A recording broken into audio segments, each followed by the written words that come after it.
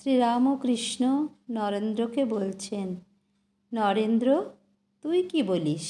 সংসারী লোকেরা কত কি বলে, কিন্তু দেখ, হাতি যখন চলে যায় পেছনে কত জানোয়ার কত রকম চিৎকার করে, কিন্তু হাতি ফিরেও চায় না।